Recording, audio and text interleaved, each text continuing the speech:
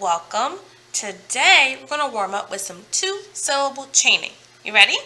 Come on. Alright, so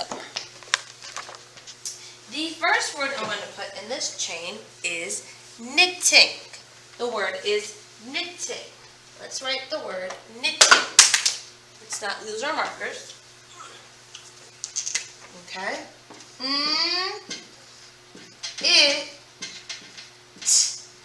Ing.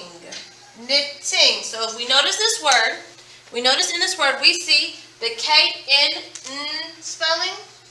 We also see the double letter t spelling because in order to add this ing, in order to add this second syllable, we had to recognize that the I is a short vowel sound, which means double up that final consonant and use the double letter t. So knitting, knitting. Good. Now, if I want to go from knitting to knitted, remember we're changing one syllable at a time, what change would I make? The ending syllable, good. I would go from knitting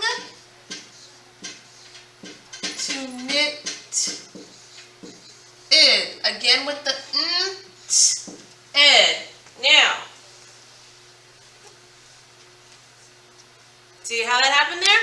We're now going from present tense, knitting, to past tense, knitted. Knitted. Okay? We're adding the ed for past tense. We're still following the ed. This time actually does sound like the ed sound, which is why it's a separate syllable and not just a. Well, think about it. If it was knit, if it was just a t sound, and knitted, knit. No, it's knitted, knitted. Now, from knitted to knotted. From knitted to knotted. Which syllable am I changing? The first syllable. And actually, this time, in order to change the syllable, I only have to change one sound, which is the vowel sound, which is the ah. So, ed, knotted. Again, it's a short ah, knotted. From knotted to potted. So like if you were like planting a plant and you like started, like say, you ever done those, I think y'all might do this in kindergarten, but when you started the plant with like a bean in like a plastic bag with a paper towel and it sprouts, and it's like, oh my gosh, I'm growing a plant, and then you put it in a pot, the plant has now been potted.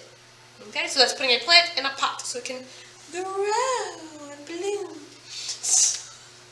From knotted to potted, which syllable am I changing? The first syllable, excellent. Knotted to potted. Still t, because double t, because ah is still a short vowel sound. From potted, you've already done it, to potting. You're doing it right now. I changed the ending, I changed the second syllable. Potted to potting. Potting. Potted, potting. From potting to potter. Now we're talking about the person that does the potting.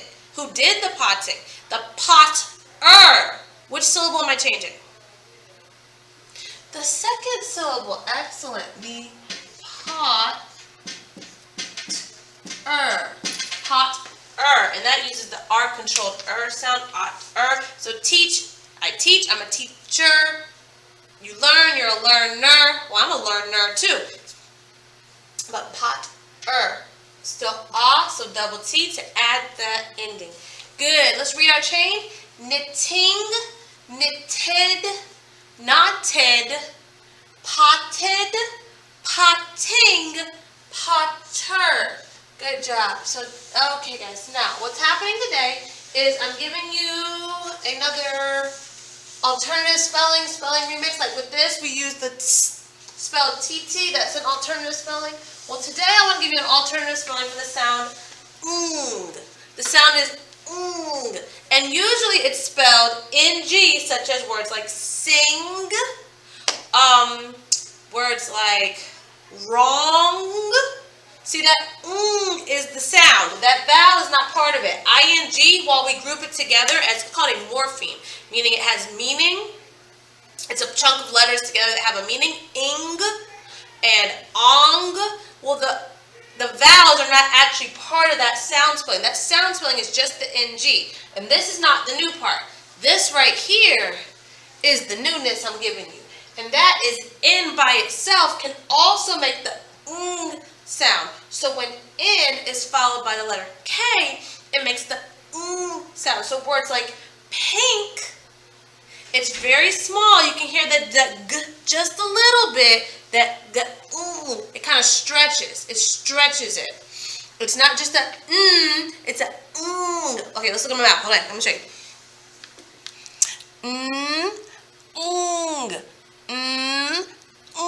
See, my teeth aren't touching. I'm making a different sound.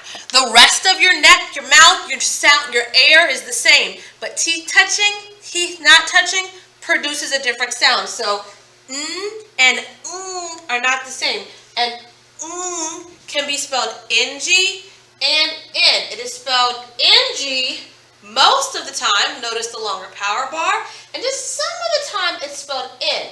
It is spelled in when it is followed by the letter K.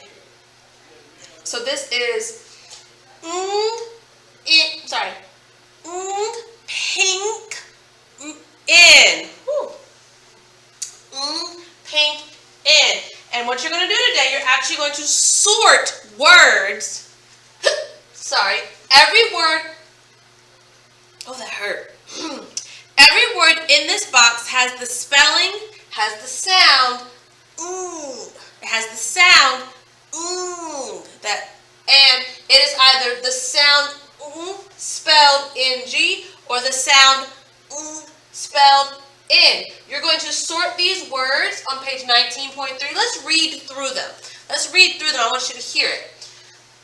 But like I said, at least as far as first grade is concerned, if an N is followed by the letter K, the single K, then it's the sound. So, pink, long, drink, wing, sang, junk, jumping, bank, thing, finger, sting, singer. Usually ng making the sound is preceded, like in front of it is the I, the O, or the U vowels. Sometimes A can be there. I don't think I've ever seen ENG. So ANG, ONG, UNG, ing. That's how we usually think of it, ing. But really it's ing, It's two separate sounds that are generally presented together. They're not actually a digraph. But that or trigraph, because there's three of them. But that ng, that is a sound spelling for the sound. And now we know that the letter N can make the sound when the letter after it is the letter K. So words, I'm basically giving you the answers. Pay attention. Bank, drink, junk, pink, ink, think, bank. Just random ones that are popping in my head right now. That might be all of them. Yep, that's all the random ones. Okay, so that's what you're doing today. You're also going to read the story, The Spinning Wheel. This actually goes along with our cover photo. Yes, this is in reference to our cover photo. We're finally getting the story that matches that. And so let's do a little bit of a preview. Let me do a little preview on that for you. Okay. Alright, so we are in agreement that the cover photo is going to be part of this story. That is actually Grace and Jill on the cover photo, riding the spinning wheel. They're riding on the spinning wheel in the cover photo. That's what this is. It's a ride at a carnival or a festival or a fair. And the story is going to refer to the arms. These are what they're talking about. These are parts of the machine that resemble human arms. Basically, they stick out. So, yes, they're going to shoot some hoops, which means, playing basketball. We know that already. Tosses, throws with a quick, light motion. Apparently, someone's got some skills on the court.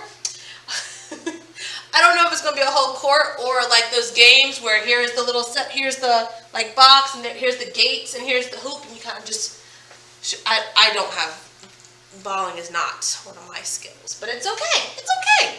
But I want you to read today to find out all the fun Grace and Jill have at the amusement park. Find out all the fun Grace and Jill have at the amusement park. Again, there's no spelling word, so there's no spelling word practice. There's no spelling choice board. You're going to work on the sound and showing evidence of reading comprehension. That's what all these are, reading comprehension.